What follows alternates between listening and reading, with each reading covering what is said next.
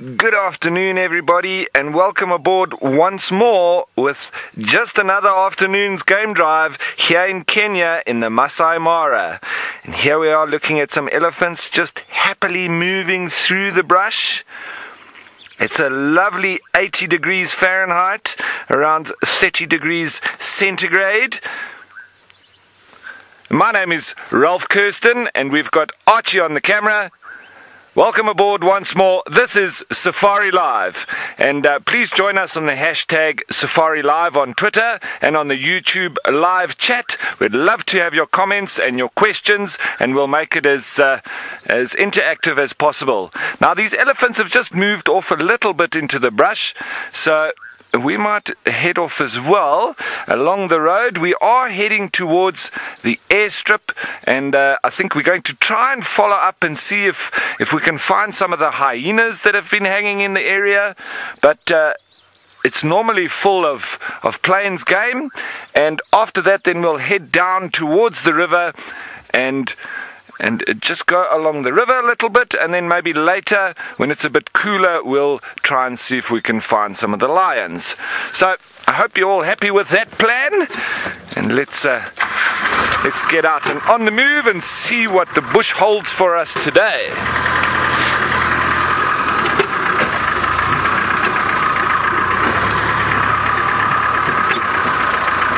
All right. So I hope you all had a lovely Christmas, and your stomachs have gone down after all the eating. I'm sure the lions have also had their fair share of digesting that they've had to do with that hippo that they ate, with that marsh breakaway pride. Okay, so I'm going to slowly make my way towards the airstrip, and we'll see what we can find over there. But in the meantime, let's send you over to Taylor, who would love to say hello. I'd always like to say hello. I just like to talk in general. Hello everybody, my name is Taylor McCurdy, and on camera with me today is Manu. And we have not found any animals just yet. We've seen lots of grass and trees, but that is of course going to change at some point during the afternoon. When? I'm not so sure, rather sooner than later. So, to try and increase our chances this afternoon of actually finding any animals, we're going to go to the marsh. How does that sound, Manu? The magic Mara Marsh. It is so lovely down there. There are always lots of things to see, lots of birds. We know that's where the elephants are at the moment. Jackal pups maybe, black rhino, and hopefully lions. So I think that's what we shall try for this afternoon. We'll try and do all of those animals if we're lucky enough. So we'll head down in that direction. What I am going to focus on at some point, we'll check the area twice if we don't succeed the first time around, is of course to see if we can find those jackal pups, because I'm a little bit worried now that maybe they have dispersed. They were getting to that age where they were packing their bags, getting ready to leave home for good. So maybe that time has already come. But we'll keep searching around, and hopefully we'll be able to see them. Now, for those of you who have stumbled across Safari Live for the first time, a big welcome to all of you. You can actually talk to us, because this is happening right now in the Mara Triangle, and then in a little bit our team in South Africa will also be joining the safari too, so from two different locations in Africa, which is quite cool. And you can hashtag Safari Live on Twitter, or you can also talk to us via the YouTube chat. Now, this particular area we're driving through has been very quiet over the last few weeks, in fact. Not much in the grassland. I mean, I remember when I first arrived, there was just zebra and wildebeest everywhere. Buffalo and elephants, lots of lion, plenty of secretary birds. Even the secretary birds have fizzled out. They used to be all over. Or they could just be hunting in the tall grass and I can't see the tops of their feathers. So that's a possibility too. But that type of thing happens. Animals sort of naturally rotate their paddock.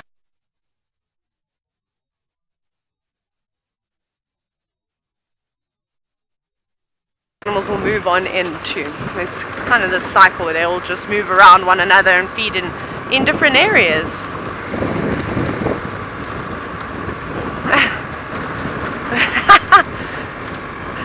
That is so funny. Joy in Hong Kong, you just made my day with that comment. You said, Has Maurice, it's a bit dark in there. Hey Manu, should we bring him out? You said, has Maurice had a bit too much apple juice and is now sleeping on the drive? I feel like that's either that or he's just loved Christmas so much. It was his first Christmas that he never wants to stop wearing his Santa hat. I reckon it's probably the fact that he doesn't want to take his Santa hat off. It's like his Santa pajamas. But that was very funny. Thank you for that. We put those sunglasses down there. So, yes, Maurice had a great time last night celebrating Christmas. Got wrapped up in tinsel and all sorts of exciting things. Played games. But yeah, it was fantastic. It was so nice to have everybody. The sundowners were beautiful. I forgot that I showed you the sundowners, so I should tell you how it was. It was stunning. It was really, really magical. It was perfect. The wind died down and it wasn't freezing cold. So that was quite nice. All the guests loved it too. They were all very happy. A lot of them looked quite tired. I think they'd been out for all-day safaris. So they didn't stay too long. Just a quick little hello, a cheers here and there. And then we went back to camp, where we had a barbecue. We had barbecue. What did we have? No, we didn't. We had curry. We had curry, yeah. Chapatis. So yeah, we had a great time last night. I suppose everybody in camp is our family now. We all annoy each other enough, hey Manu, to be like family. But that's our plan for now, and we're not too far away from the marsh. It's just a bit tiring going through this area where there's nothing. There's not even an elephant, not even a bird to show you, except the ones that very quickly dart across the road and land on the grass. So I'm going to send you into Rolf's vehicle, and hopefully he's got a mammal to show you. And I'm going to guess, I think he's going to see elephants next.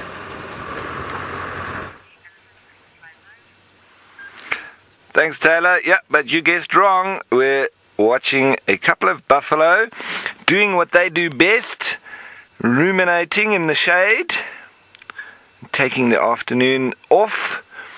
They've probably spent the good part of the morning walking around grazing, and now they need to spend their time ruminating in the shade. And it is a good day for it. You can see the heat haze coming through there. It's quite hot. So the animals are a little bit lethargic for the time being. Until that sun starts to dip a little bit, everybody is seeking shelter in the shade. It's a couple of bulls, these two buffalo, quite happily chewing away on the cud. And a couple of the butterflies flitting past there. Looks like brown-veined whites, and some of them are also orange-tipped whites. There's the odd yellow pansy coming through too. Nice to see the different colors. There's the yellow pansy. A lovely scene, and the nice lazy culture of the afternoon buffalo. Always flitting the ears, keeping the flies away.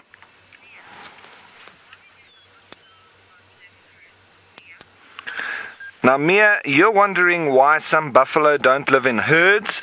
Well, Mia, it's very often the older males or the older bulls that get left behind by the herd, and then they do stay in small little groups, and normally of males of similar age.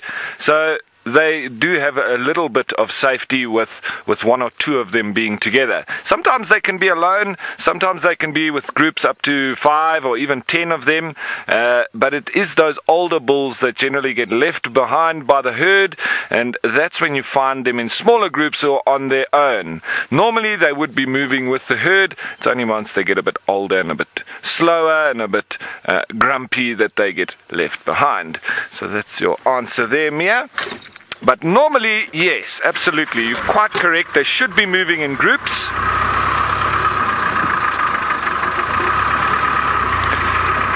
Sankit, you're wondering if any of the locals drink buffalo milk? That's an interesting question. I've never heard of any locals drinking buffalo milk or any of the other wild animals' milk. I think it would be quite a challenge to milk a buffalo. I'd actually be really interested in seeing somebody try to do that, but no, as far as I know, there's nobody that drinks buffalo milk. I think for the pure reason that it would be quite dangerous to actually milk them. Within captivity, I still think that it wouldn't be a very easy task, but I don't know if there's anybody that's ever even done it. I'm sure there has been, but I haven't read of it or seen it or anything like that, so it's something that is quite foreign to me. Buffalo milk.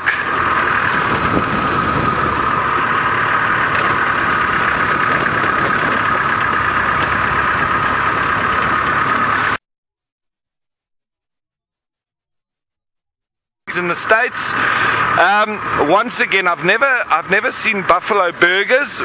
We do get ostrich burgers, and we do get zebra meat, we get impala meat, wildebeest or gnu. There is the odd buffalo meat. I have had some buffalo meat, but it's not something that's common enough that I think has been put on burgers. But I'm sure there are some restaurants around that will do it. I have had some dried meat of buffalo, and I've had quite a wide range of animals, tasted their meat, and obviously it's quite good to support that, I believe, because the more these farmers and people that breed wild game, the more financial input they get for that, the more that they can achieve with their game farms. And obviously these animals are still bred wild, so the meat is very lean, it's very healthy, and it does increase the wilderness areas if we assist the farmers that are doing that. It does seem a better angle for me than cattle and cows, sheep and goats, because these areas that they then frequent are pretty much destroyed by overgrazing, and we'd much rather have wild animals around. But that is a big debate that I'm sure we don't want to open up too much, because I'm sure there'll be all sorts of opinions, and everybody's opinion counts on whether we should be farming wild animals or not. I'm not going to get into that argument now.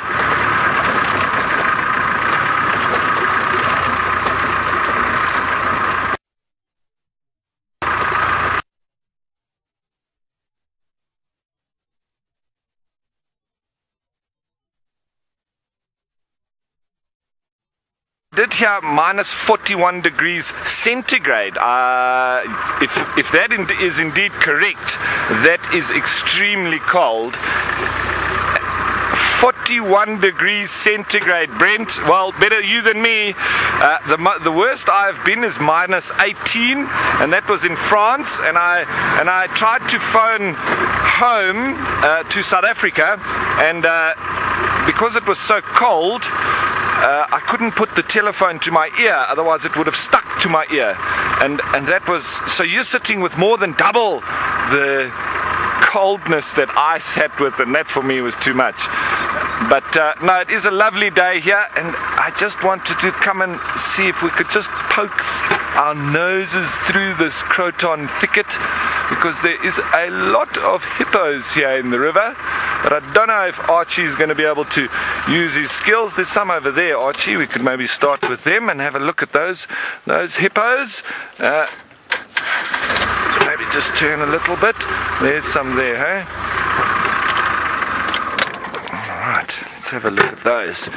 So, we are here back on the Mara River, and there seems to be a very big group of hippos a little bit further upstream from this individual that we're looking at now, but it's quite heavily vegetated, so it's a little bit difficult to see through the thickets, but you might hear them, and in a minute I might try and get a better position. Alright folks, so I'm going to try my best to get our nose stuck in through the bushes here so that we can have a lovely look at this big group of hippos. But in the meantime, let's go over to Taylor and see what she's been able to find in the meantime. I'm like a proud mother, Ralph, because I've found my jackal pups. Of course, they're not my jackal pups. They are nature's jackal pups. But there they are in the long grass. I've missed you guys. I haven't seen you for the last few days. I can only see 3 at the moment, but that's not to say that the 4th one isn't around. And they're on the hunt. They are practicing their hunting skills at the moment, where they will be searching for a number of different things. Most likely grasshoppers at the moment, though, at this age. Anything that's too slow. And that one, actually on the far left, Manu, seems to be doing a very good job at finding things, because it keeps running and pouncing. There we go, it did, it got something. You saw it clamping its jaws. Grasshopper, delicious. Look at that. Have you ever seen such an excited jackal before?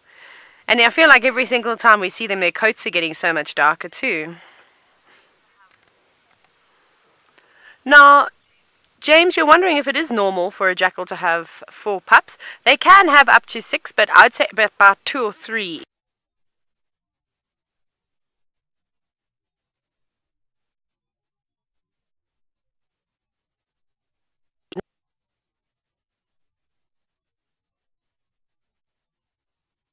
See, look at that. They are so keen. Now, normally, the ideal times for jackals to go hunting is early morning and late in the evening, or just as the sun sets. Typically during those crepuscular periods when you'll find that the rodents are most active, or just starting to become active. And sorry, I thought I heard something. That was a very dramatic pause. I thought that I heard a distress call, but it wasn't. I don't think it was, otherwise Faith is panicking. She's about to press all sorts of buttons, worrying that she'd lost me. No, that was me. I'll promise I won't do that again and give everybody a fright. So basically what I was saying is that because they are so young, they are going to be going after insects a lot more. There we go. See, they're using the kind of the technique that southern ground hornbills use, that secretary birds use, and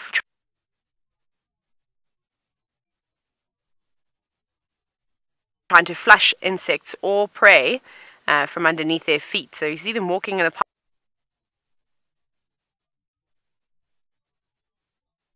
As soon as something is around, then they charge after it and try and get it. And they can walk in a straight line. They might turn back and double back again.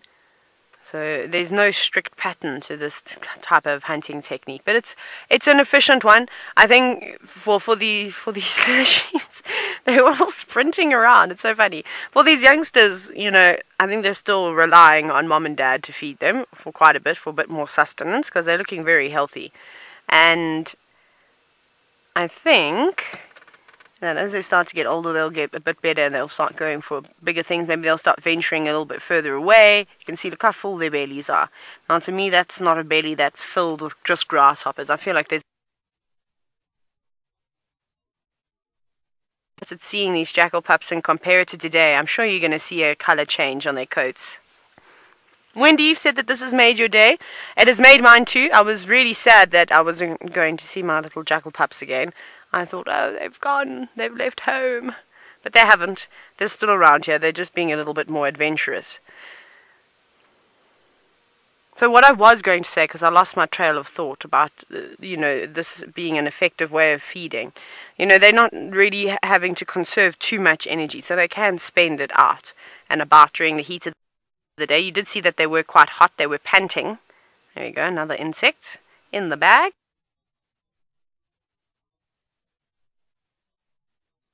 The tree just resting and going out when they know they've got a better chance and when they're not going to be using as much energy. But these youngsters need to practice all they can.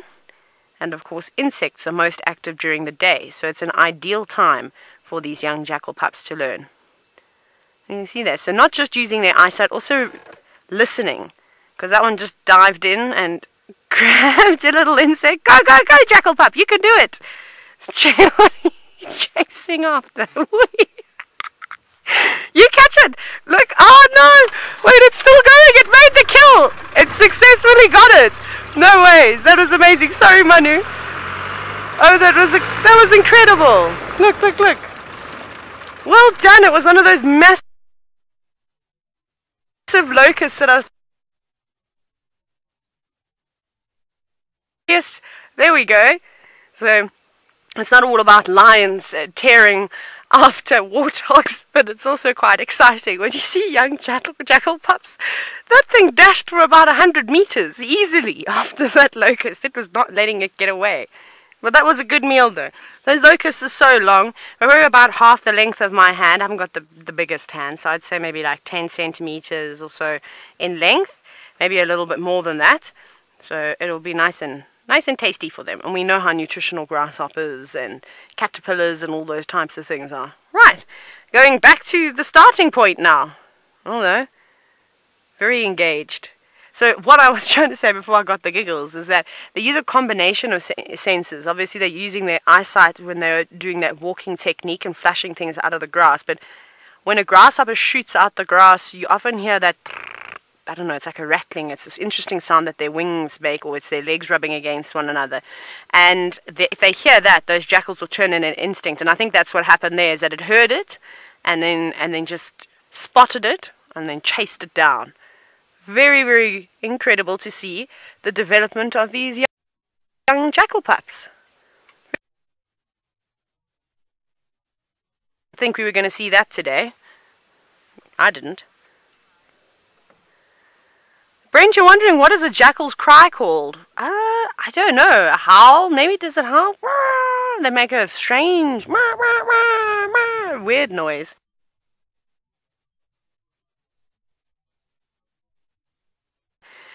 That probably wasn't a jackal, that sound I was just making. I think I sounded more like a trumpet or hornbill there.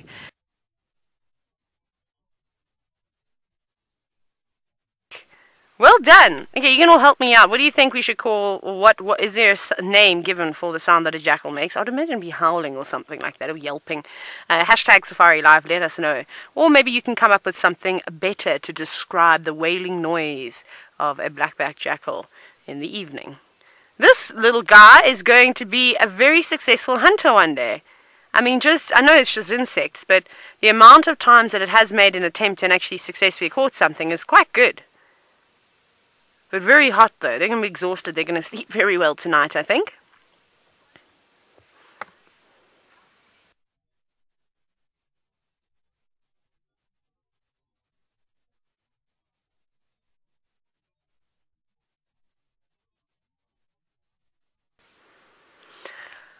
No.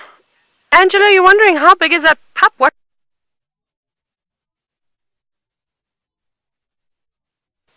No. Oh yes, there we go. Did too. Well done, little jackal pup. I'm just trying to think. They're not big. They're actually quite small. They're smaller than a Jack Russell. I would say they're about the size of a Jack Russell puppy that's about maybe 8 or 9 months old. Maybe a bit bigger than that. They wouldn't weigh very much. They push, and off they go. But they move very, very far away from us. Now we'll come back later, because now they're dipping behind the tall grass and the termite mounds, which is going to make it very difficult for us to see. So we'll pop past here a little bit later to carry on watching the jackals. Very cool. Right, now Ralph has had a variety of animals to start off his drive. I wonder if he's got another new one to add to the list.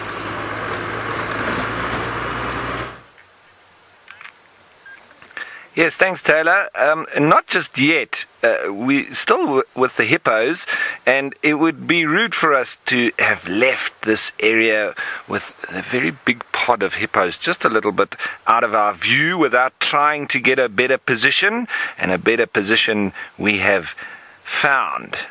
So we're now sitting nice and close to this group, and we've got a nice elevated position. And what? That swimming pool feeling, I would say, it's always nice for me when we go and sit next to the river when it's very hot and watch the hippos. They're all taking their breaths and then almost hanging out more underwater than on top. It's probably to do with the heat. Nice and cool under the water, and you can just hear their exhalations and their inhalations before they go under. See a little bit of splurts of air as well as they blow out or exhale. A little bit of a shake of the ears, getting the water out before they go under again.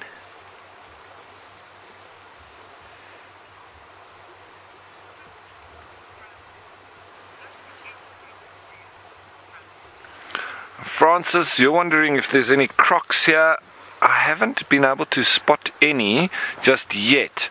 And I was busy trying to count this group of hippos, but it's quite difficult when they keep going underwater and then they pop back up again and you can't remember if you've counted them or not. But what I have been able to establish is that there are at least 30 of them here, but there could be quite a few more.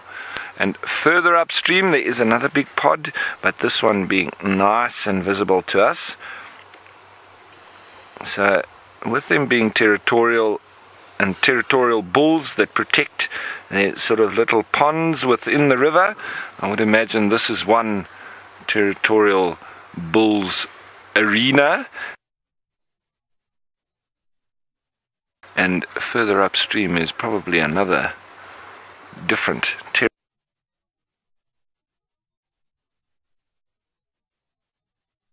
Playing out here.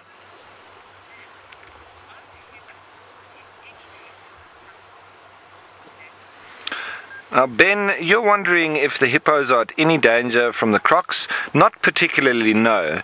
It can be a little bit nerve-wracking for a little baby, but mommy takes very good care of them and they normally are fine. And no, crocodiles generally give hippos a wide berth because hippos can also do some nasty damage to crocodiles, and I think they know that. So they seem to live in the same river in relative harmony, and they don't really bother each other too much. I haven't seen too many problems between hippos and crocs, and it's like they've been sharing the same kind of water sources for thousands and thousands of years. So they generally seem to be quite happy with each other's presence, and they don't attack each other. Obviously, sometimes when there are crocodiles busy attacking plains game or the hooved animals when they're trying to cross, the hippos can sometimes get involved, and very often to protect the hooved animal that's being attacked by the croc.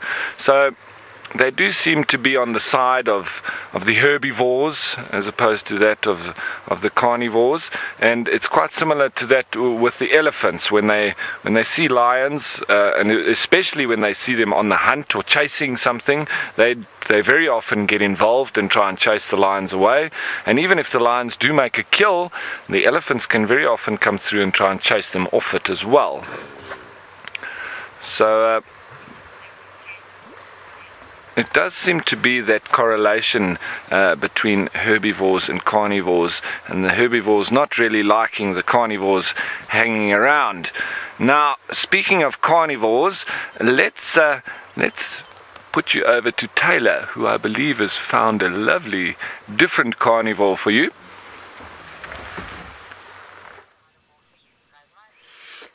Finally, it's about time. Actually, we didn't have to go too far. We saw some heads popped above the tall grass, and here we go. We've got lions, but now we need to play that game where we have to try and figure out who on earth are these big cats. And, it's a tough one. They're in the area that the marsh breakaways like, but they also could be the Angamas. And I have a feeling that this is the Angama pride. And the reason why I say this is because we know we saw that lioness with very young cubs moving into the forest. Although, I don't know.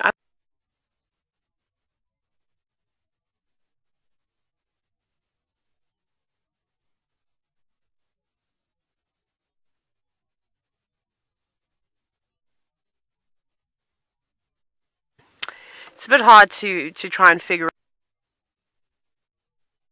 4, 5, 6, 7 lions that we can see.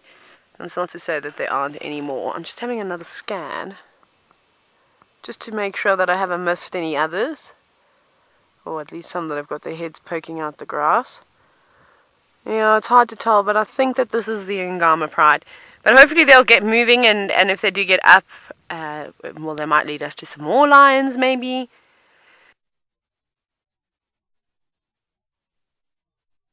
Warm, so they must be hungry if they're sitting out here looking for something to eat.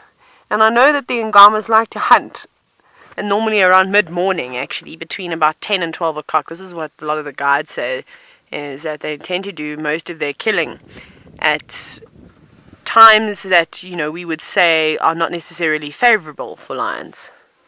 Now, both Manu and I are swiveling around in our chairs, trying to figure out what on earth this lioness is looking at. She looks like she's hunting us. She's staring straight down towards us, but she's not. She's not interested in us at all. Must be something behind us, but we've come from that area. No, I wonder there has to be something here. Hey, Manu? I'm just checking again with my binoculars in the grass. I was demanding from the animals that I'd like to see some action today, and I said I think we need them to do the talking, and it seems like they may just do exactly that. Is she going to walk over to this termite mound, I wonder?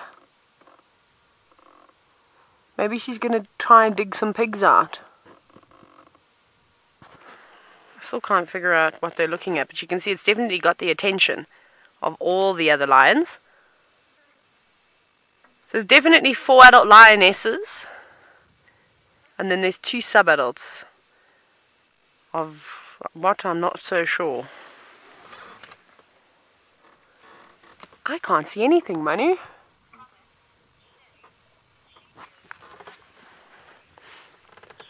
It just goes to show, though, how incredible their eyesight is, that I can't pick out what on earth she's going after. Shelly, you said that she's absolutely beautiful. They all are. Look at them, Manu. They're streaming in now. Just want to very quickly show you how these cats have picked up. This is what hunting is. She's actually slunk down quite a bit. Manu, let me reposition for us.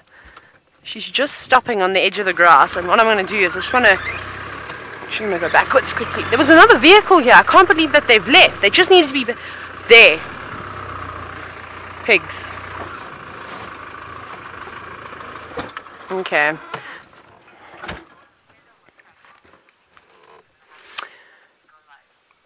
Perfect. Thank you very much, Faith. So, there are the warthogs. There's what the lion was looking at. And it was very clever what they're doing. They're trying to move as quickly as possible through the tall grass.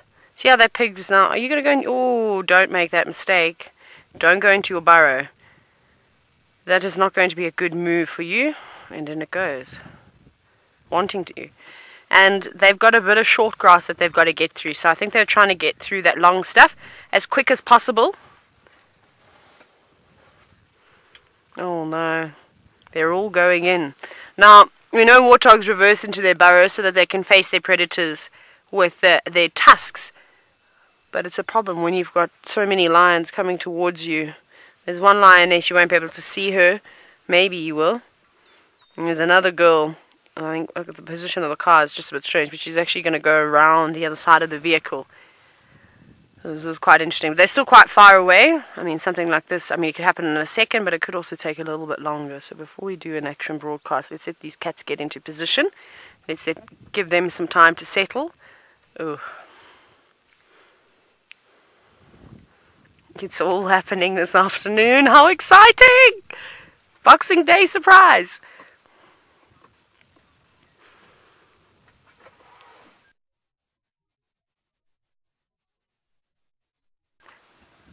Wendy, you're wondering if lions at the moment they're specializing on warthog just because there's an abundance of them, and with all the piglets, it's obviously a disadvantage to the warthogs, an advantage to the lions going after inexperienced animals. A lot easier to catch, not necessarily a big meal though. Come on, girls, move on in. They're lagging a little. Those warthogs have all gone into the burrow. Okay, I think... Oh, you see how she sat down there?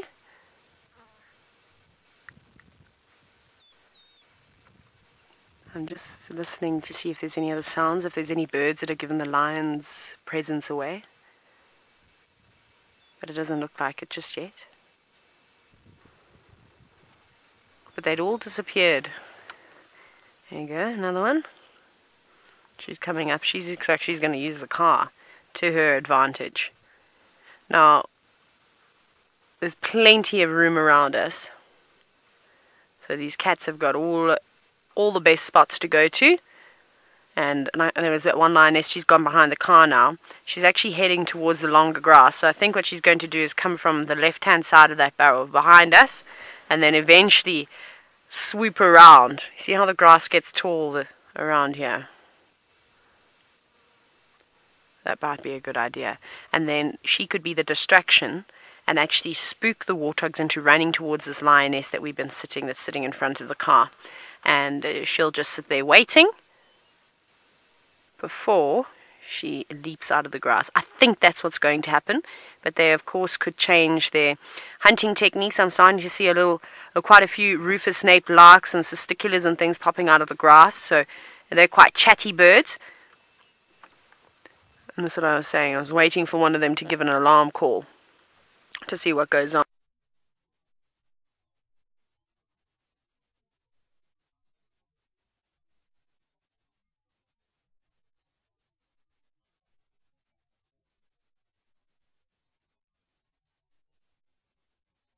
Cats like this. Faith, what is the temperature today, please, if I may have that? Because it feels like it's very hot. I'm going to guess and say it's about 27 or 28 degree Fahrenheit. Not Fahrenheit, Celsius, sorry.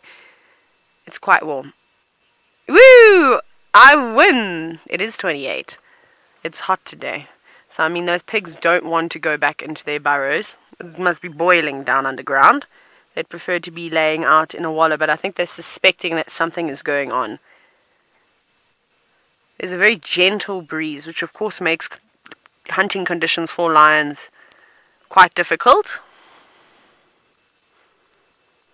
You see, they're looking towards that in the direction of that one lioness. So they might have not necessarily seen her. Maybe they saw a flash of something, and now they're just a bit on the nervous side. I'm still waiting for this other girl to creep past the car, but she hasn't yet. I'm keeping an eye out on her.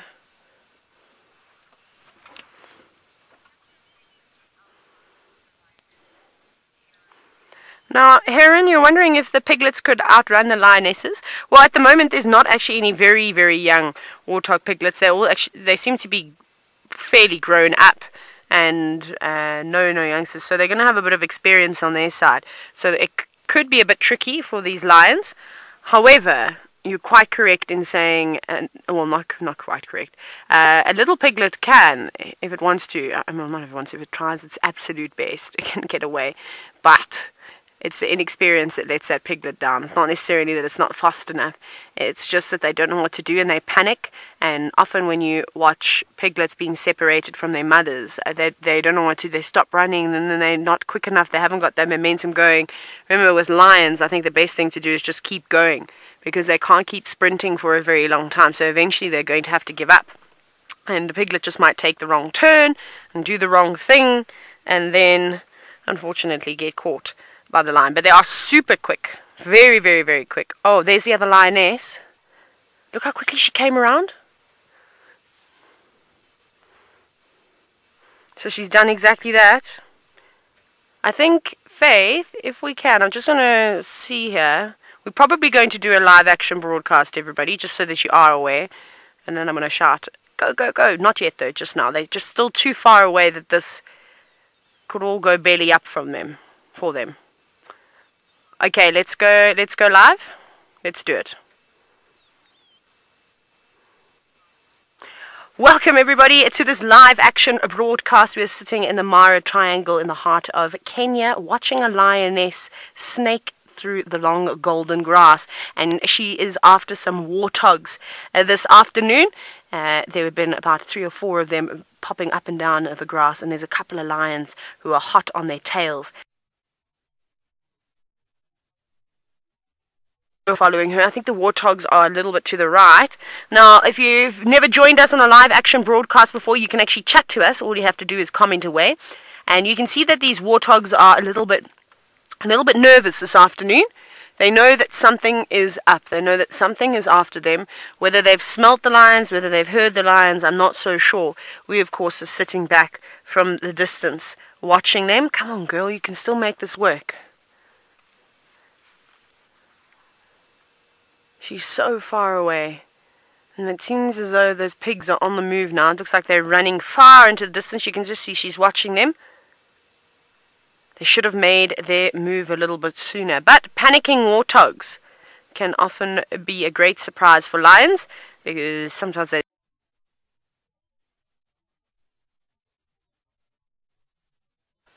But it looks like they're heading towards the elephants.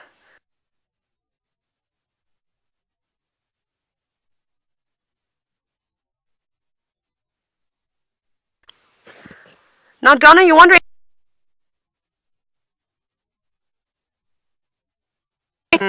10 to 20 meters of their prey to have a really, really good chance at catching something. But of course it takes great skill to sneak up to your prey like that. So sometimes what they will do, and what's happened here this afternoon, is that these lions have used a different type of hunting strategy. So one has gone round, and I think her idea was to try and get behind those pigs before they darted past her, and to chase them to another lioness that was waiting not too far away from where we're sitting. But unfortunately, the big cats are not the most successful of hunters, even though they do work in teams, which does help them. It seems as though the warthogs have won the battle today and have managed to escape the claws of the lions. But they could try and stalk them again a little bit later. It's very, very hot out here today, so the fact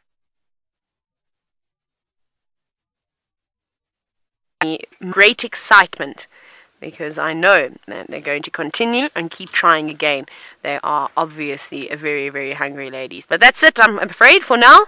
These warthogs have moved on, and there doesn't seem to be any more prey in the area, so these girls are going to have to get together and move out and try.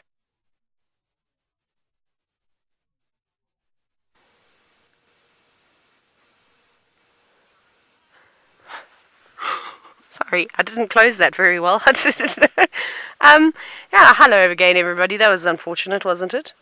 Those lions.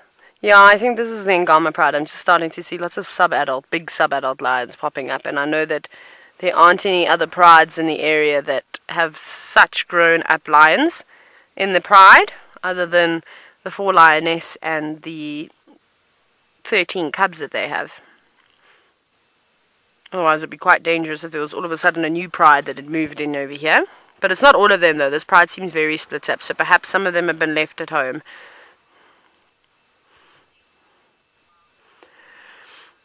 Faradin, you're wondering if warthogs are the same size as wild pigs. I don't think I've ever seen a wild boar before. I've seen... Oh, I suppose I have. I have seen...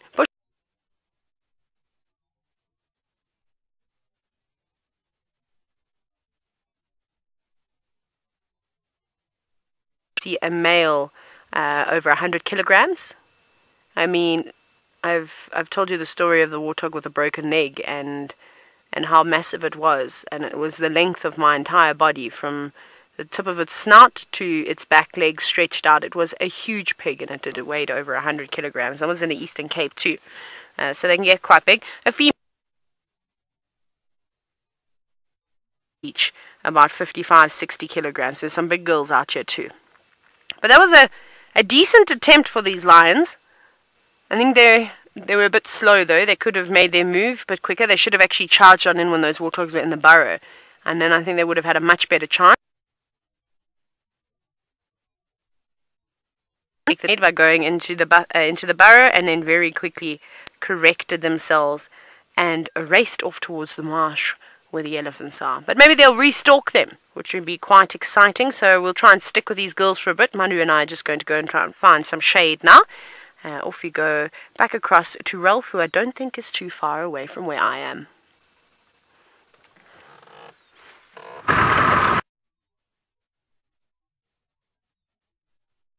coming into a little bit of the plains area, and yesterday we did see towards the end of the drive that marsh breakaway pride had moved across from the marsh back into the area that I had first come across them, near to this little drainage line. So I'm heading in that direction. But with no real mission in mind, just maybe to see the lions potentially, but we'll stop for everything along the way. We're seeing a lot of buffalo around that are full of mud and glistening and shining in the light because of the heat. They've all been wallowing. Quite similar to that with the hippos staying underwater. Here's one here. Let's stop and have a look. Grazing through. We've got a nice little scene here in front of us. Off to the right we've got elephants, off to our left we've got some buffalo, and behind the buffalo there's some more elephant, looks like some zebra. There's all sorts. So good just to stop and scan every now and then, see what's around. But it's one of those afternoons, it's quite eerily quiet with the heat that you've got almost coming off the ground as well, and of course the odd Cape turtle or ringneck dove calling.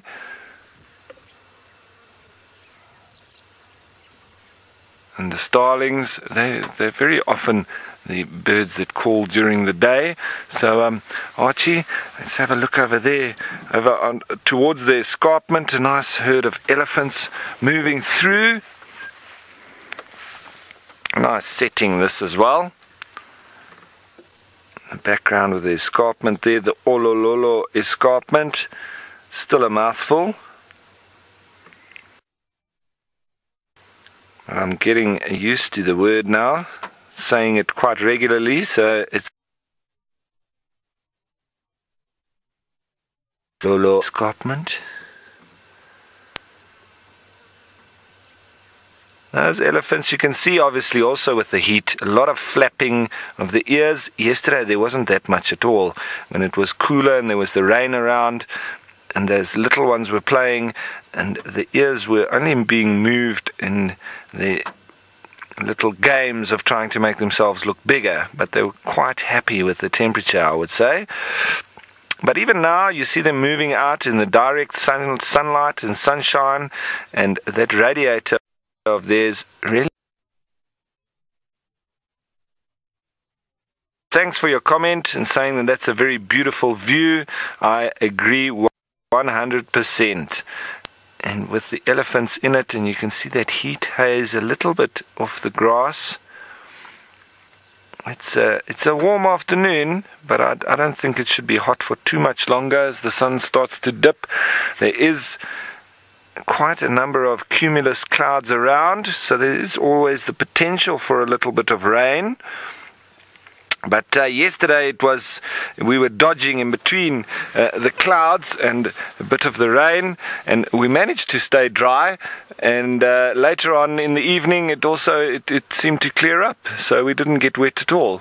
But yeah, this is a very nice little spot, but I think we're going to continue along a little bit, go and head next to the drainage line. There's a big treed area there as well, so maybe some of the animals hiding up in the shade. I'm still looking for my first leopard in the Mara, so who knows, maybe we'll get lucky.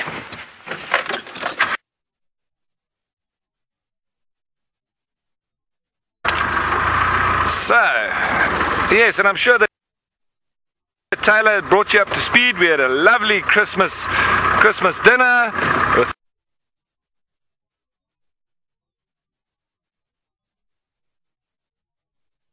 all the staff, and it was a fire with a big circle of chairs. It was fantastic, really great to see. That we were invited by the lodge to join with their guests on their sundowner drink, so that was very nice of them.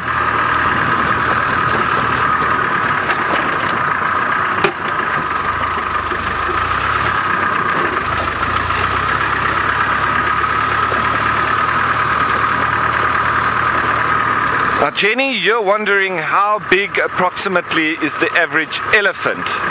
Jenny, we normally say, elephants can get up to between 6,000 and 8,000 kilograms, which would then be, that's over 10,000 pounds, well over 10,000 pounds. But I would say that average of about 10,000 pounds probably being the right sort of average, and the average you would also say normally a medium-sized female, because they do sort of dominate as probably the most numerous of all the elephants, and then you've got the bigger bulls and obviously the youngsters as well. So making that average, I would say at about 10,000 pounds. Size-wise, it's probably the size of a little bit taller than a Land Rover 110 Defender, but pretty much the length, I'd say, of that. Or if you could say like a Ford pickup with the canopy at the back, something like that, but quite a bit taller then, probably another 2 yards or so taller than a Ford pickup, but not a Ford F350. I think a F350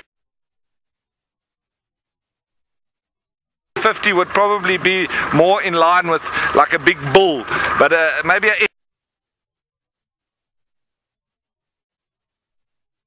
that makes sense in your local vehicle currency. Sorry for the bumps, it's obviously here next to the drainage lines. It's a little bit bumpy, especially once it gets wet and people drive through, and it makes lots of holes and starts to get a bit bumpy, so you do see the camera shake a little bit there, but Archie's doing his best to hold on as per usual, doing a very good job of it. Surfing in the back there.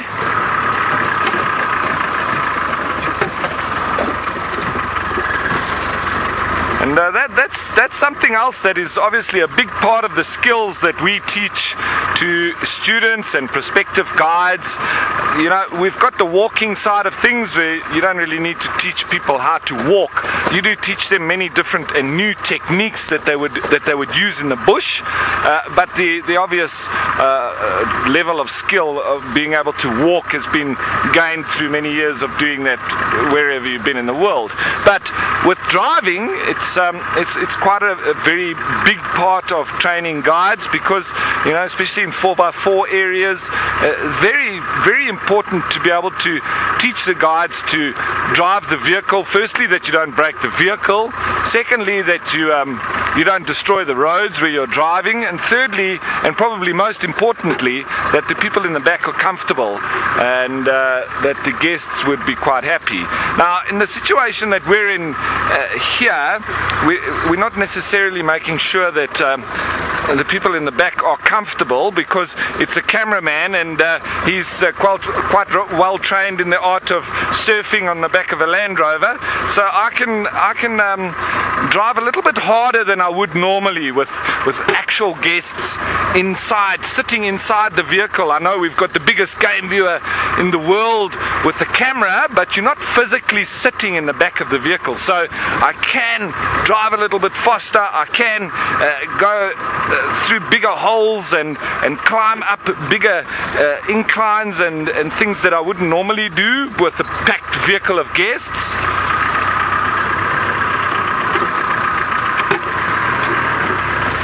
Now, Mia, you're wondering if some guides roll their vehicles or their cars in the bush.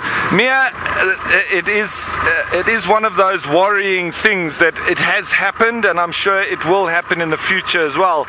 But that's where we talk about the training of guides and teaching guides that, especially in wet weather,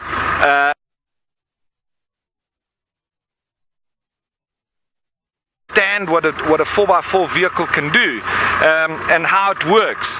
So we go into the integral parts of differential locks and low range gear utilization and knowing when to use these different tools that you have. One of the biggest skills that needs to be obtained from any guide driving in 4x4 areas. Once you know which gear you need to use before you get into an obstacle normally comes with wet weather, and if you road when it's very wet, what happens is the tread on the tires, it becomes smooth because of the mud that is clay, and so they're almost like slicks. And if you don't have enough momentum to get up to the top of the hill, you can start sliding back, or you're not going to make it all the way to the top. So what happens then is the guide normally puts brakes on to stop. But when you're on a muddy hill, it's like you're on a hill where there's like some sleet or mushy snow, that you will slide regardless of how your tires are locked. So he starts to slide backwards, and then obviously just tries to turn or tries to drive again, and that obviously will result in him rolling. The only thing you can do in that situation is to actually put it into reverse and to go in reverse but backwards, because that will keep your vehicle straight. If you try and go forward, if you're not going to go forward and make it up with your slick tires, the only thing to do is to bang it into reverse and to actually reverse out of there. But that for me is where you have the biggest amount of guides rolling their vehicle.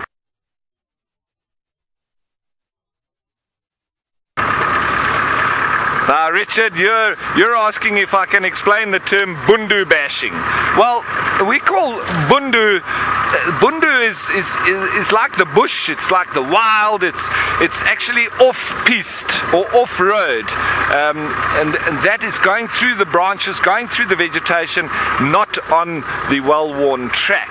And so then bashing, bundu bashing, normally added to the fact that there's probably some rocks and some branches and bushes, etc., and so you're going through all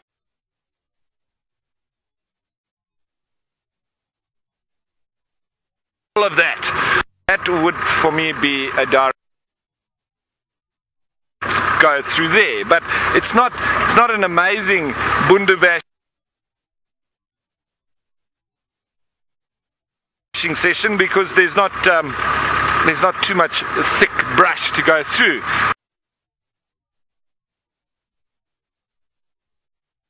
Bashing territory, and when the wild dogs take you on a wild goose chase, that's generally what you do, is bundu bash and try and keep up with them. Sometimes with the leopard as well, it's a little bit easier with the leopard, but when the wild dogs are on the move, and I think Noel can tell you the perfect art of bundu bashing.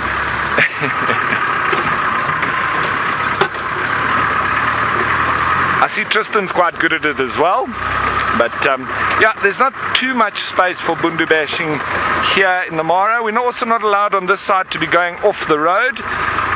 And then when it is allowed to go off the road, it's very much just grassland, and so it's not as sensitive. But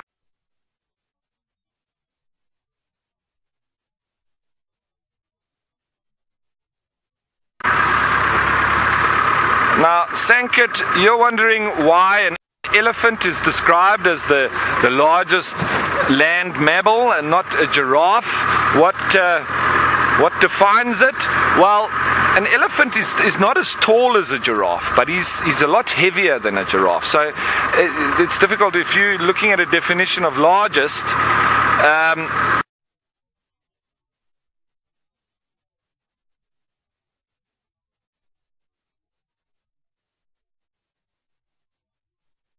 We'd probably say, I mean, then you could say the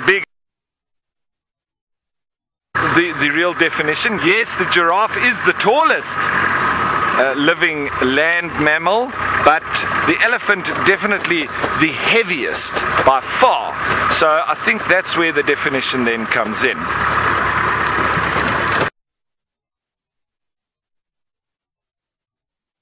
That are in the Kruger National Park and the ones of old, there are still a few around, not many, but just one of their tusks was well over 100 kilograms. So it just puts it into perspective. And giraffe, you're looking at maybe around 5,000 pounds. So an elephant more than doubles that. So they are, you know, in terms of weight and sheer body size, they are a lot bigger than giraffe, but giraffe do stand way taller.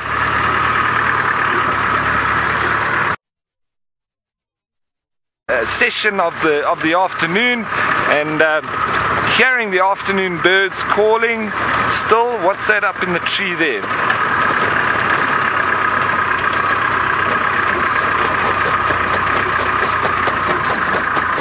Okay folks, while we just get this view of this, looks like a vulture there up in the tree overlooking the escarpment, we are going to be just doing some technical fixer-uppers in the background, just for a brief little short while. So while we're doing that and the tech team gets on it as quickly as possible, we're going to send you over to the mountain cam, and we'll be back shortly.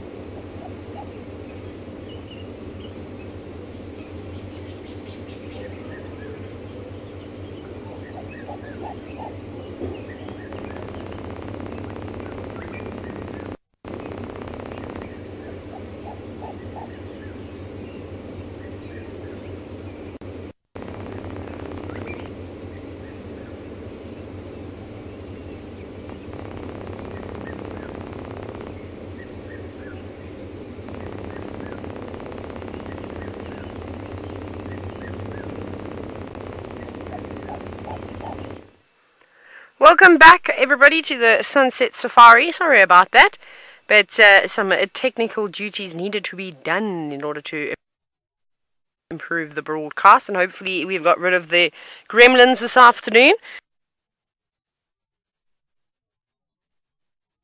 I decided, well, why not come back and watch our little jackals, because they're just so entertaining.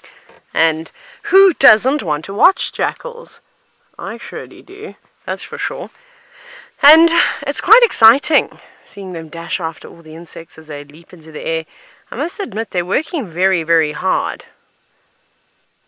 I don't know if I'd have the energy to go around. What have you got? And constantly keep chasing after things. They're jumping up and getting something. I wonder. Looks like there was something on top of that piece of grass. Yeah. I didn't seem too impressed with that, though. Couldn't have been too much of a hearty meal. No, come back. Stay in the short grass. Although I do know that you've got a better chance of going in the long grass. I also like the way that they move their heads. They're trying to serpentine through all the tall grass. There we go, trotting along. Let's see if it's going to catch anything else. I like this one. I wonder if this is the same one that was so good at catching all the grasshoppers before.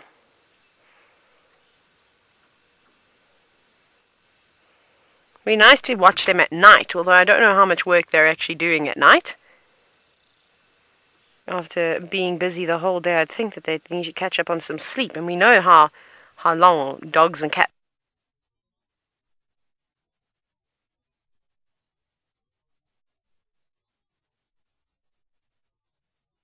There. Let's see if we can get another view of another one. And I can still see the lion heads. Yeah, I just saw a flash of white down there. So I know that lioness is around. Looks like she maybe just rolled. Okay, let's quickly see. Where's the next jackal? Now, there are a few more warthogs that are lying around in the wallows, but there's also some giraffe for those lions.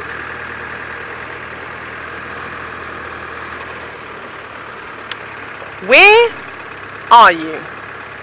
We're here somewhere. They might have also gone into the deep grass now, which... Can you see one? Forward. Manu has spotted one. I'm just trying to keep my eyes on... Tell me when. Still forward. How did you even see that? I still have yet to see the jackal. Okay. Oh my goodness. Oh, down there. Now I know what you're talking about. Goodness, they moved. While the lion slacked and rested. But now they're just moving so far away. Now this jackal. This jackal's got a much darker coat than the others. And they'll all be exactly the same age. They're from the same group. And I suppose some...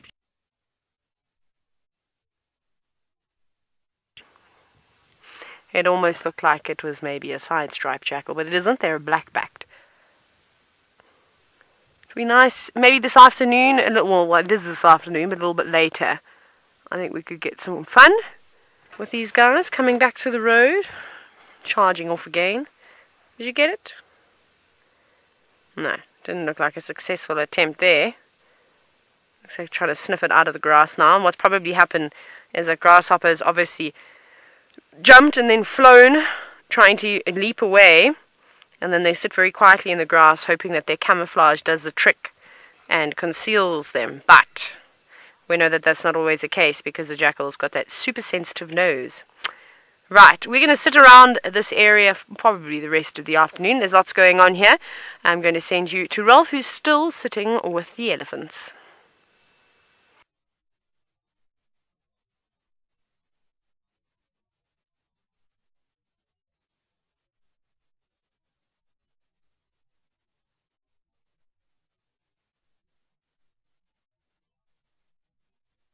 Difference in sizes between the giraffe and elephant, and what defines the elephant being larger than the giraffe. Now, looking at those, at the picture there, now don't forget that elephant is further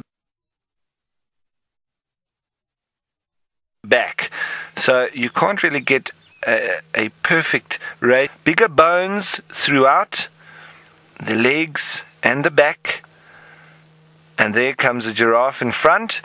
Now obviously got a much longer neck, but it's not as thick and as heavy as an elephant.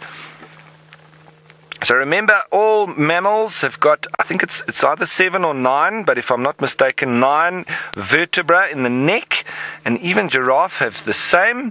It's just that theirs is much bigger, and extended vertebra.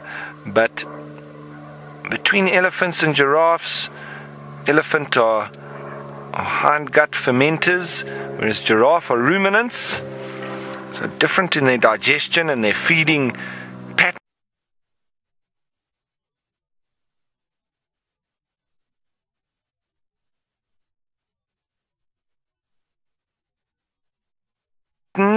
Giraffe like to feed up on the top of the trees, and they've pretty much a little bit from the elephants, but not quite as high.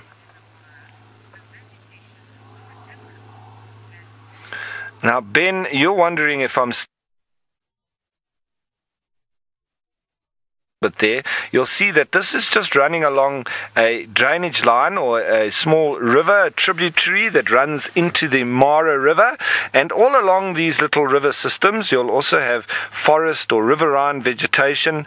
But then going away from that, we do then head out into the plains areas. And actually in front of us, we've driven around the airstrip, but very flat in front of us. And this off on the left, where these giraffe and elephant are hanging around, is just in a little riverine system.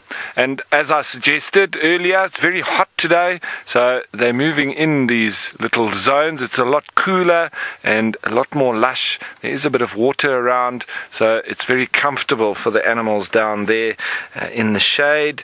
They can feed, they can drink, and they can continue with their daily survival, but doing it in the shade would be way more comfortable than out in the sun. So that's where I think all the animals are congregating for the moment. And the two largest of the mammals together at the same time. That's great.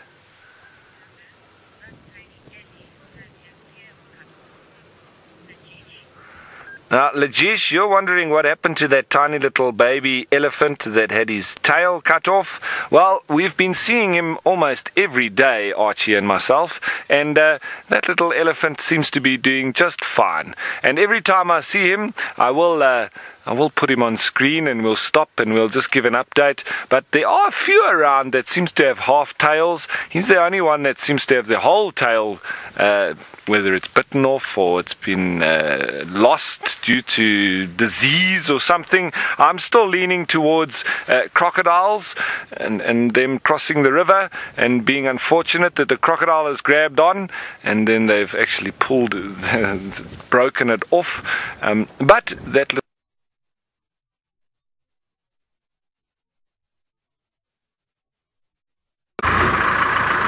we leave these giraffe and elephant to carry on in the drainage line.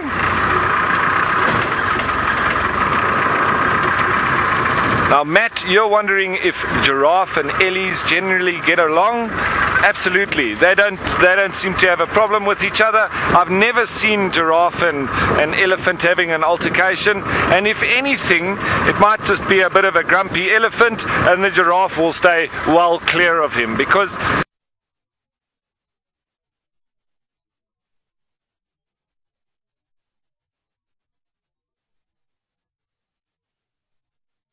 smack each other about a bit, but I've never seen a giraffe being aggressive towards any other animal, except, there's always the exception, isn't there?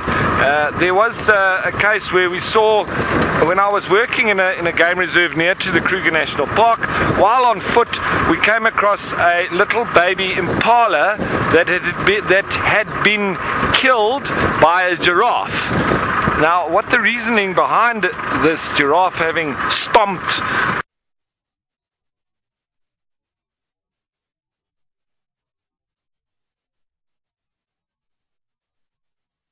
generally very meek animals. They're one of the slowest to come down to a waterhole because they're so scared. They can take half an hour to get to a point, and then a little dove flies past and they go back again and they start their whole little procedure again, obviously because they're so prone when they need to bend down at the waterhole to drink, that obviously they would be susceptible to being hunted by lions. But with their sheer size and height, you would think that they'd have a little bit more attitude about them. But that's giraffe for you. I don't know if you've seen the movie Madagascar. This portrayal of the giraffe in that movie for me is absolutely spot on, because they are very meek and mild and scared of everything, and so that character portrayal there was very good. And here we can see out on the plains, we've got a lovely, there's topi, there's some gazelle. It is a lovely amalgamation or conglomerate of all the different plains game. And behind us there's the odd zebra. So they're all out. They're starting to get a little bit more active, I would say. It's cooling off a bit.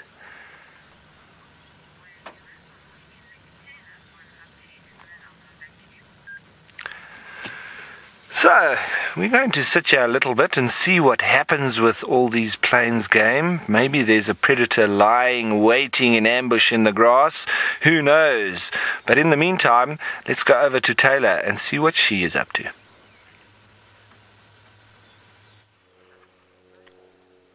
Well, Ralph, we've decided to copy you this afternoon and also jump on the elephant bandwagon, but they're quite far away, just a very small group.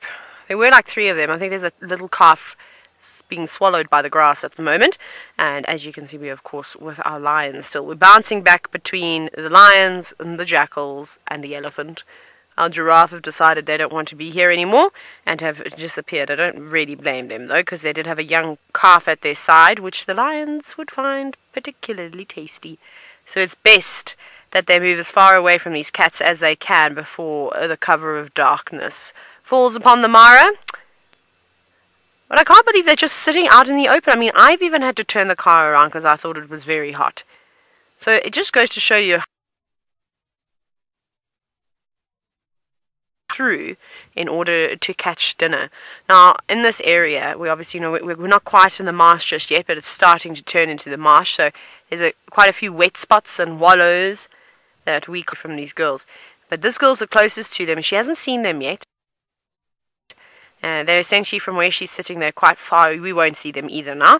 Quite far to the right, just off the road from where we are. So maybe that burrow that first group of warthogs went to, maybe they'll all head back in that direction a little bit later. So this could be a very good hot spot. And something's annoying her though. I don't know what's biting her or stinging her. Maybe she's found some siafu ants or a bee or a wasp. Now, Sean, you're wondering if the lioness have a pecking order between one another. You know, the more and more you sit and watch lions, I suppose it's very similar to how we as people behave. Well, that's how I like to look at it, is that always in a group of friends, there'll be one that likes the limelight and is the attention seeker and the more dominant one amongst the rest of their friends. And things like that definitely happen out here with the wild animals too. And with lionesses, obviously it's very important that they're all on the same page and that they all have a really good relationship with one another. Otherwise they're not going to be able to hunt successfully. So if they're constantly bickering about, you'll find that they'll have more hunts that are unsuccessful than they are successful. So there has to be some kind of hierarchy in there, that when someone says, listen up everybody, this is how it's going to go down, because you do see that with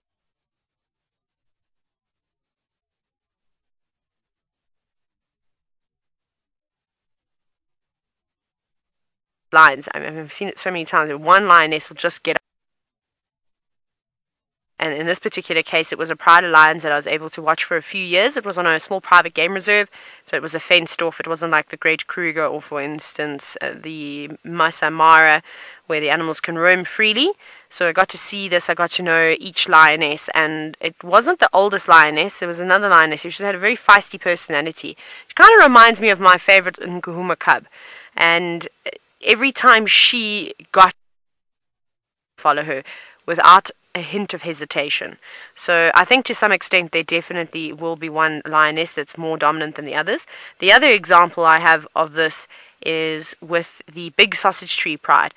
Quite a few months ago, when we were spending quite a few nights out in the bush, just before the migration ended, and it was the first time I'd seen this behavior, and I'd spoken to all of you about it, how I'd never seen lionesses marking and defending territories before. And one of the girls, it was actually the lioness with the kinky tail in the large sausage tree pride, she was marching about, and she was the only lioness of all of them that was actually scent marking. She was spraying, she was urinating, and then she was scraping her feet.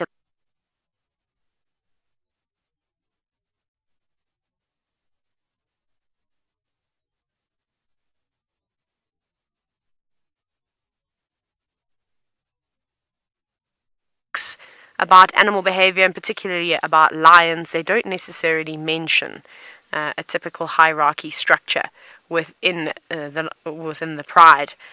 So I suppose we live and learn, don't we? And you definitely start to see things a lot more when you watch a specific group of animals and the same group of animals constantly. You pick up is that sort of initial phase of getting to know the characters for me is now starting to wear off, because I'm starting to identify individuals, and obviously it's quite tough with lions in particular, unless they've got something obvious like a kink in their tail or a big notch out of their ear, or they're missing their eyelid, things like that. Being able to tell the difference between the various females is particularly difficult, and does take quite some skill and patience and just lots of watching. Well, that's what's so nice, and that's why it never gets boring. It really doesn't get boring out here.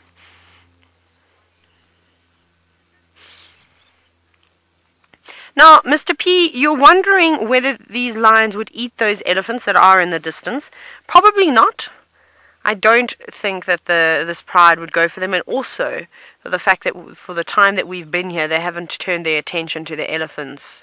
Not even a glimpse, and look over the shoulder. So they're not interested in them.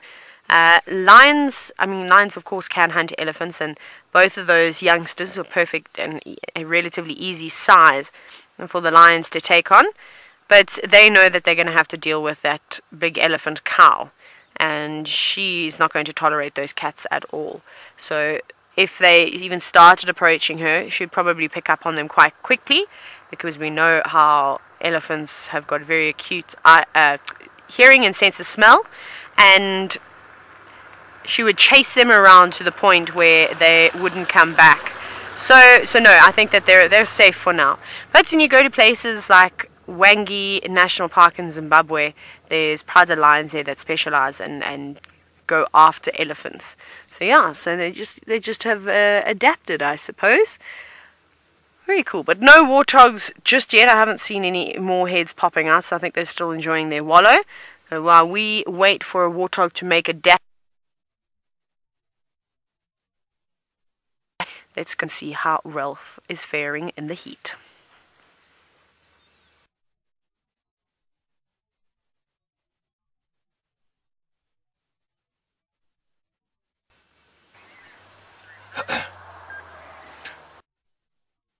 Big groups of game that are out on the plains, and these buffalo here have kept us entertained for over the last few minutes, with the yellow-billed oxpeckers climbing all over their faces and trying to get in their ears and trying to get the parasites off of them. And in your ears, but you can see all their ears flapping. They're trying to keep the flies away as well, and those oxpeckers are ever present. And this would be lovely food for those lions that Taylor's watching.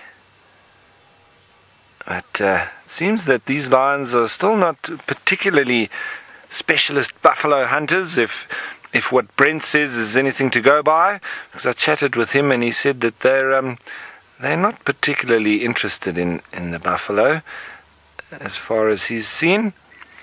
And so as we go over there, and just in front we've got a whole herd of impala as well, and at the back there's even some zebra. It's a lovely sight, this. Everybody just either ruminating or grazing, moving through, very quiet, very calm. We can hear the odd yellow-billed oxpecker's little zzz, zzz. It's a little bit different to that of the red-billed oxpecker, which I haven't seen any here, and I'm not sure if they occur here, but mostly what we get in Djuma is the red-billed oxpeckers, and they've got more of a chick-chirt, chick-chirt call, so slightly different to that of the yellow-billed oxpeckers.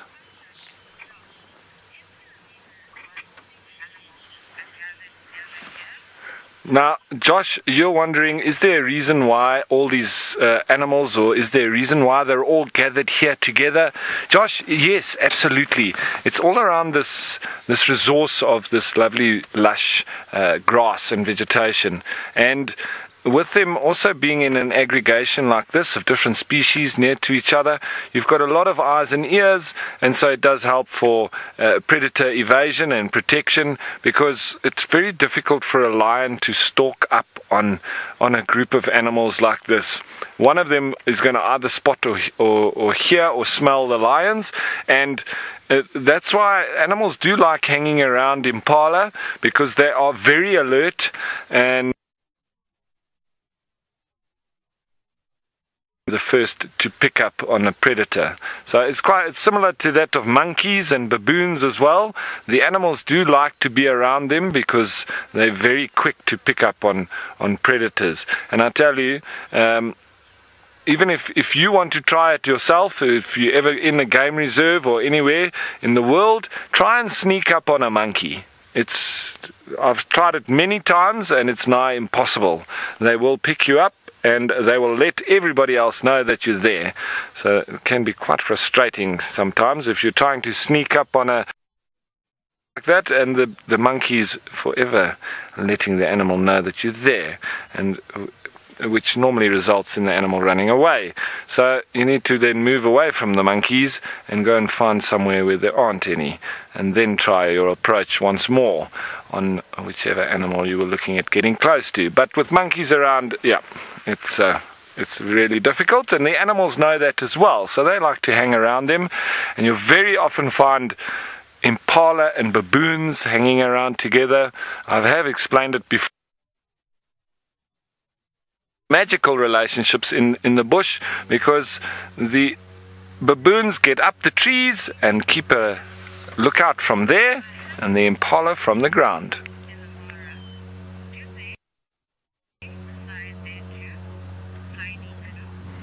Tiny meadows, you're wondering if we get any wild dogs here because you haven't seen any in the Mara.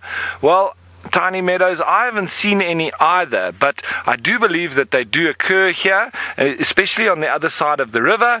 And in the next few days, Archie and I are going to be taking the trek over there and looking at new areas and uncharted territory for us too.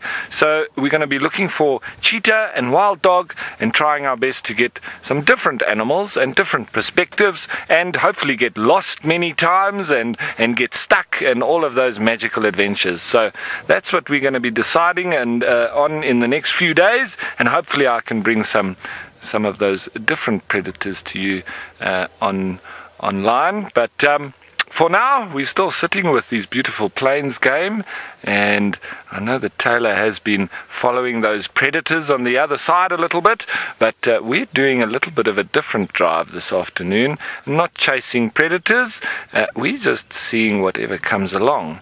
But for now, we've got a lot of animals to watch, which is absolutely fascinating. And you see, even with these buffalo moving almost randomly, they still are in formation.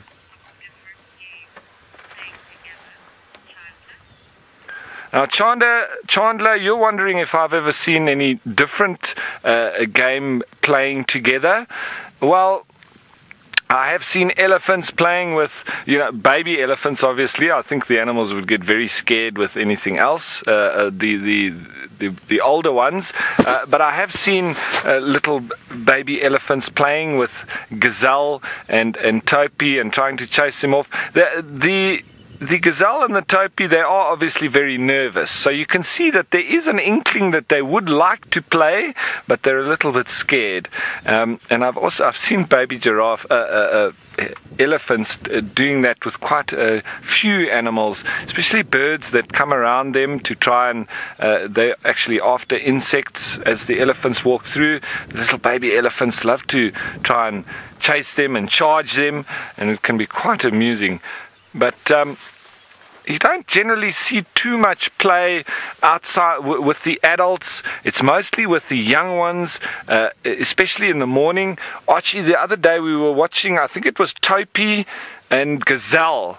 They were running around in their morning energy bursts, and they were chasing each other, and it was wonderful to watch, because it was strange with different species playing in the same game of almost tag and sprinting and chasing each other around, and the pronking nature of the two was very different. So it was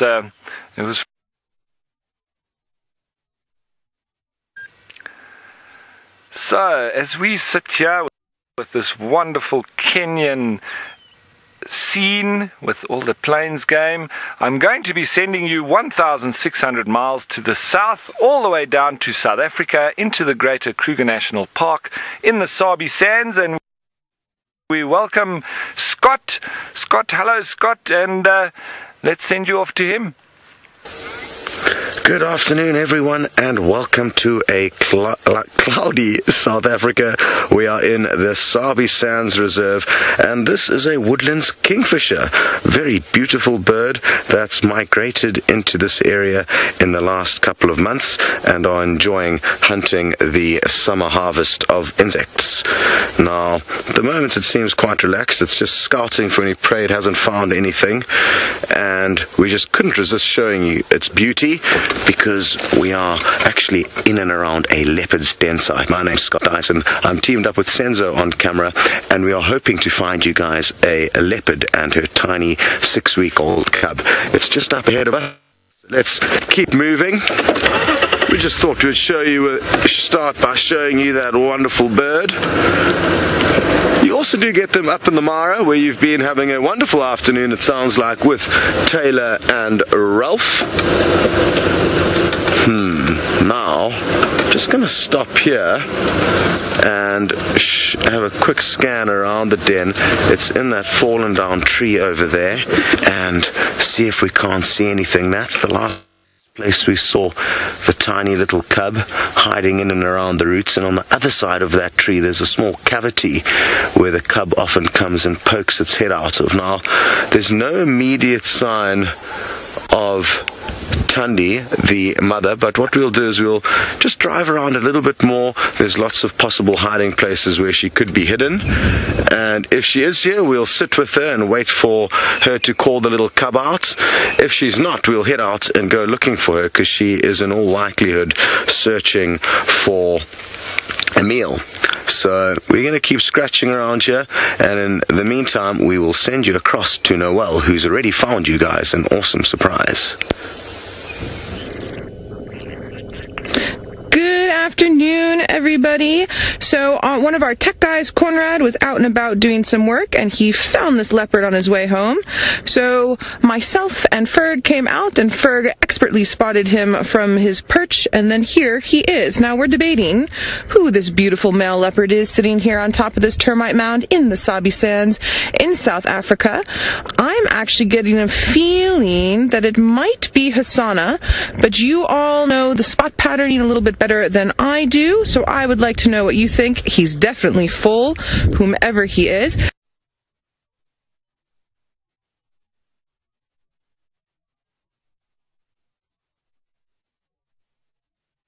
But Tingana was also seen. How's How's it, Ferg? Ferg's giving you the salute. Actually, we're in the car, so you're supposed to salute like this. And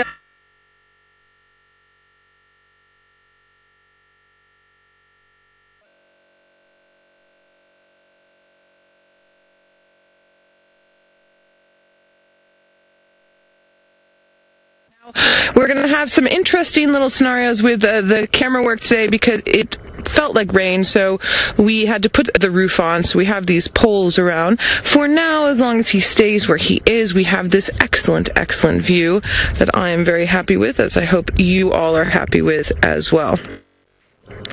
So no spots this morning, but I should say rosettes. No rosettes this morning, but we're starting out well with rosettes this afternoon. And I'm really hoping that Scott, man, look at his little tongue sticking out. That's quite a big dewlap though. Although Hasana has gotten big in the past few months, we're just gonna have to wait and see.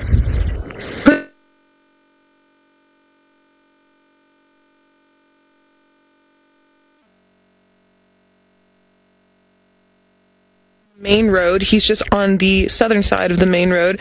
He is maybe 10 meters from us, which would be about 10 yards for those who don't do metric.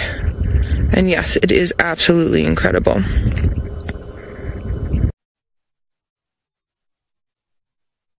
A little bit, and we'll start from the beginning. Leopards are one of the big five. The big five are the 5 most charismatic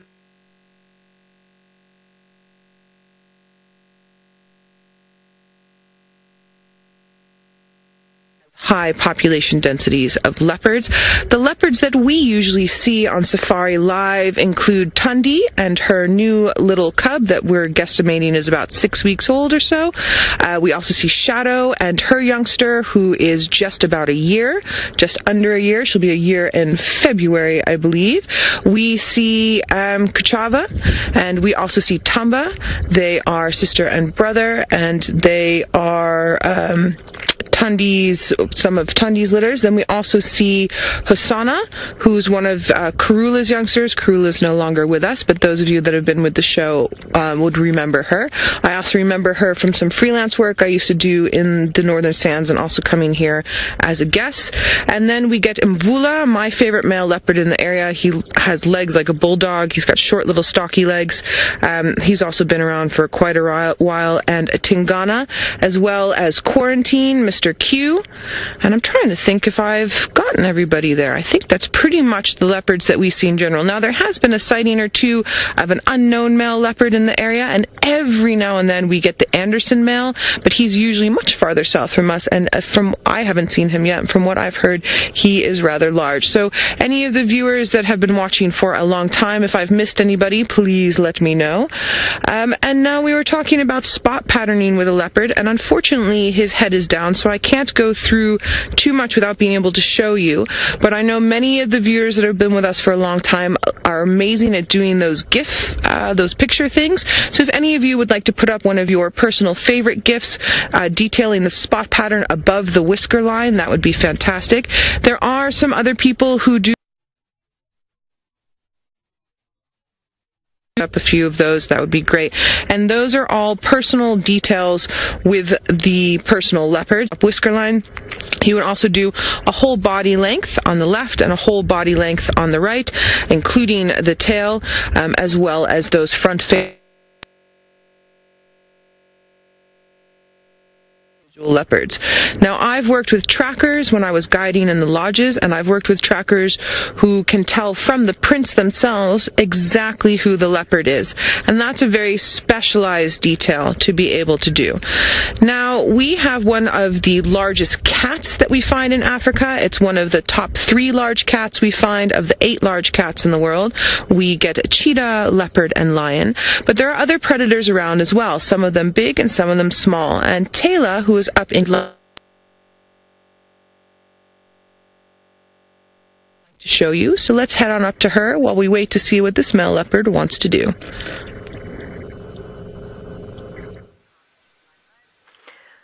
Look at who we've got again. Another one of our friends has come to keep us company while we sit and wait for the lions to wake up, except now it's run quite far from the car, so let's catch up to it so that we can watch it, and hopefully it will catch an insect.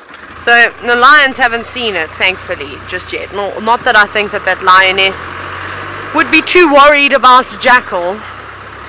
I don't think that would be too much of a bother, but those sub-adult lions, those young boys that were down there, might think that this is a fun toy.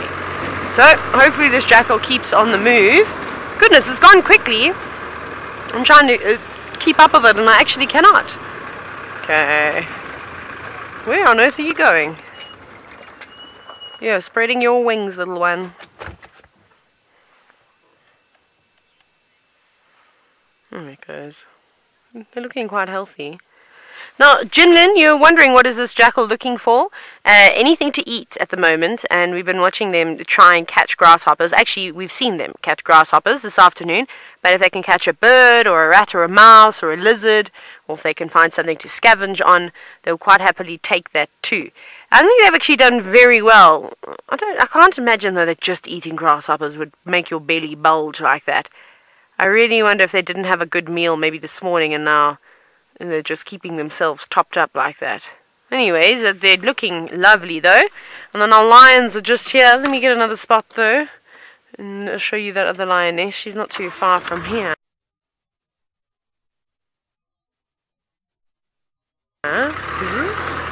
You always see me just sleeping on my steering wheel. I promise I'm not. I was just looking at my monitor. Where's she gone now? It's so awkward to turn like this, but we'll give it a bash. Oh, here come the cavalry. Everybody's coming to watch the lions now. There we go. We'll just have a quick view because there's some cars coming down this way. So they're probably going to want to come past us. That I've parked selfishly again. I've parked right across the middle of the road. But there's that lioness. And we should be coming up to where those mud wallows are. And where I saw all those warthogs. I don't see them now though. So I wonder if they've moved. But she's looking in the right direction, which is quite good. Manu and I are happy that she's now staring back this way and not really worrying about what the rest of the pride is doing.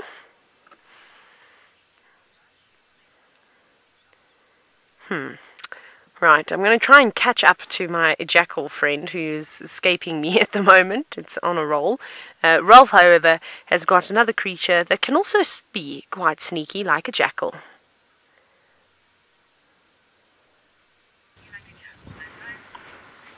Yeah, thanks, Taylor. And have a look at this on the back of this buffalo. It's amazing how it's almost like an Uber taxi. They're all in there, and they're all probably part of the same family unit because oxpeckers are cooperative breeders. So there will be a dominant male and female that will be doing all the responsibility of bringing up the young, but everybody else helps out with the nest building and feeding of the young, etc. So it is invested in their interests and in their genes to for them to help the pair that is actually having the nest and the babies. Very interesting to watch how they ride along on the back.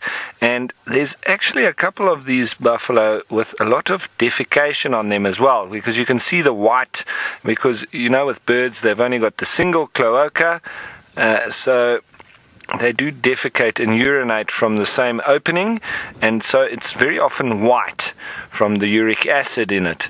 And there's a few buffalo that have obviously been spending hours wallowing in the mud because they've been pooed all over by these oxpeckers as well. And the buffalo don't seem to mind. They're full of mud, a little bit of poo never hurt anybody. Around the edges, looking for those insects being bumped up as the buffalo moves through. And as I said, it's cooling off a little bit now, and that's probably the reason why these buffalo have gotten up and gone on the move again. Start grazing, but they do move, and then they graze a little bit, and then they stop a bit.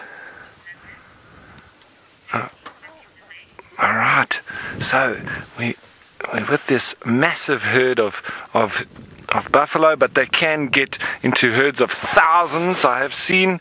But so this is a prey animal that would be very good for lions, not so good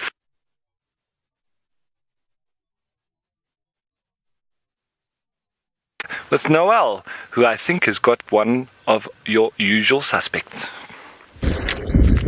Alright, so from viewers and then also from us in the vehicle, we have all decided that this is in fact Tingana, and we've moved around to a different spot, and he's lifted up his head, and his neck is way too thick as well to be Hasana. He also has blue colored eyes, and then we were just busy talking about spot patterning. So you can see on, it is his right hand side, you can see the top whisker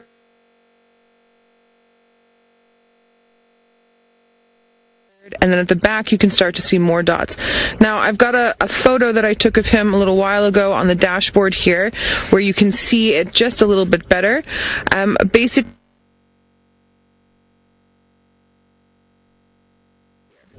and then these dots are the ones that indicate who he is. So when you're marking this down, basically this is A, B, C, D, E, F, and he kind of has a G, but the F and the G blend in. So he has one above B and C. Go away, little pictures. One above B and C, so that would be B/C, and one above the C and the D, so actually two above the C and the D, you can see that there, and then, sorry, A, B, C, D, E, and then one above the F, and then that bleeds into the ones above the G. So that's very distinctive on his right-hand side. Now, what you would do is you would have the actual, let's see if we can do this quickly.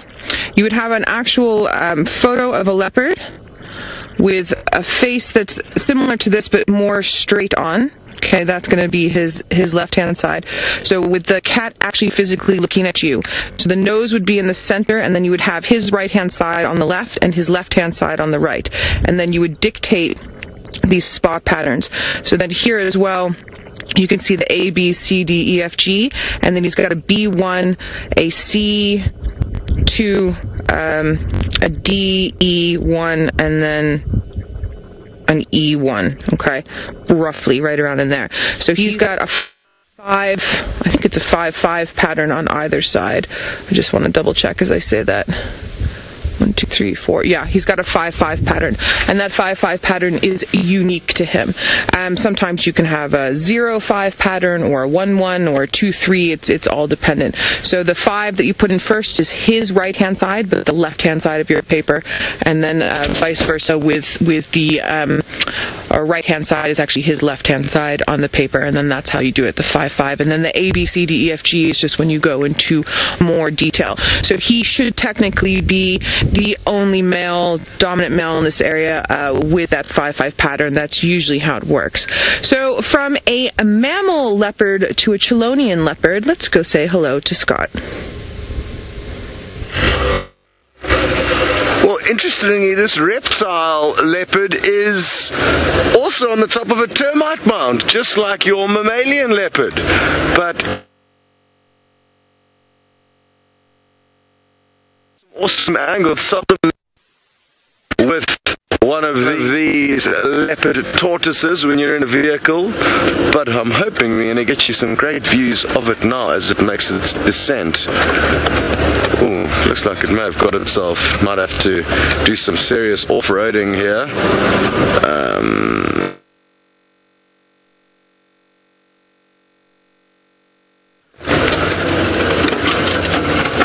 That should be okay now. I wonder what it's doing up here. What are you looking for? We can see you. You're not quite as good as disappearing as Tingana, the other leopard we are very fortunate to be viewing on this sunset safari. I was hoping it was going to go and eat a big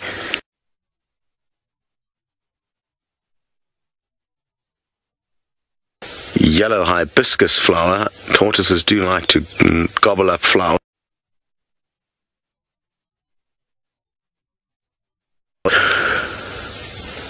What are you doing? Are you maybe looking for somewhere to lay? And this lady is quite a big individual. Why are you hiding from us? What are you wanting to find in there? Deborah, you are wondering why is it called a leopard tortoise? It's because of the colorations on its shell. In this flat, cloudy light, it doesn't really illuminate the shell as well as it would be if it was sunny. To its shell, hence the name. And they're quite widely spread through South Africa. They don't get very big here. In other parts of South Africa they get far bigger, which is interesting. The exact same species just that we get here in the Sabi Sands. We also get the Speke's hinge-back tortoise, which is not nearly as kind of rounded. It's more of a flattish.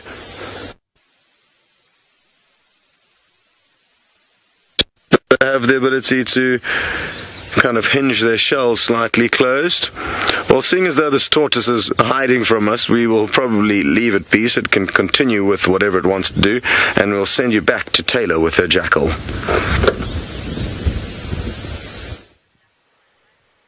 Who's still on the move.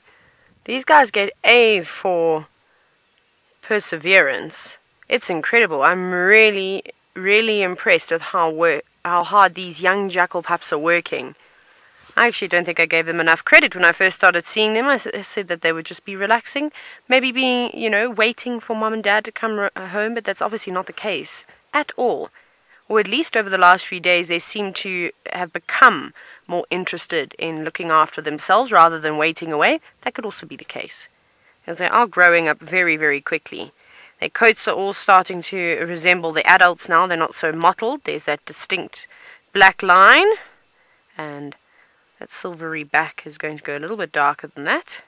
Well, they've still got quite a bit of growing to do. They're still quite small. They need to get taller, they need to get longer, and they need to get a little bit wider too. But that will come, of course, with age and, of course, moving around, building up those muscles.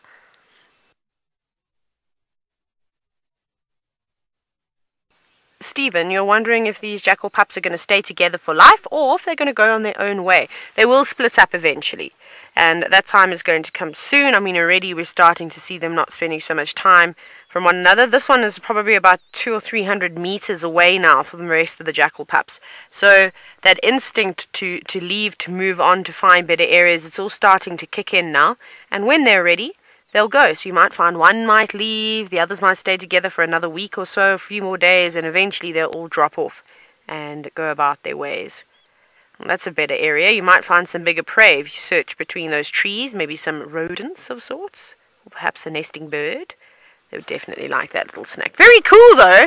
I'm definitely enjoying following the life of the jackals. Quite cool. And I've just seen Ralph, in fact, he's driving down there. Quickly make sure there's no cars coming this way. Turn around. We have to get Ralph to come past and have a look at these jackals at some point too. I think he'd thoroughly enjoy watching them.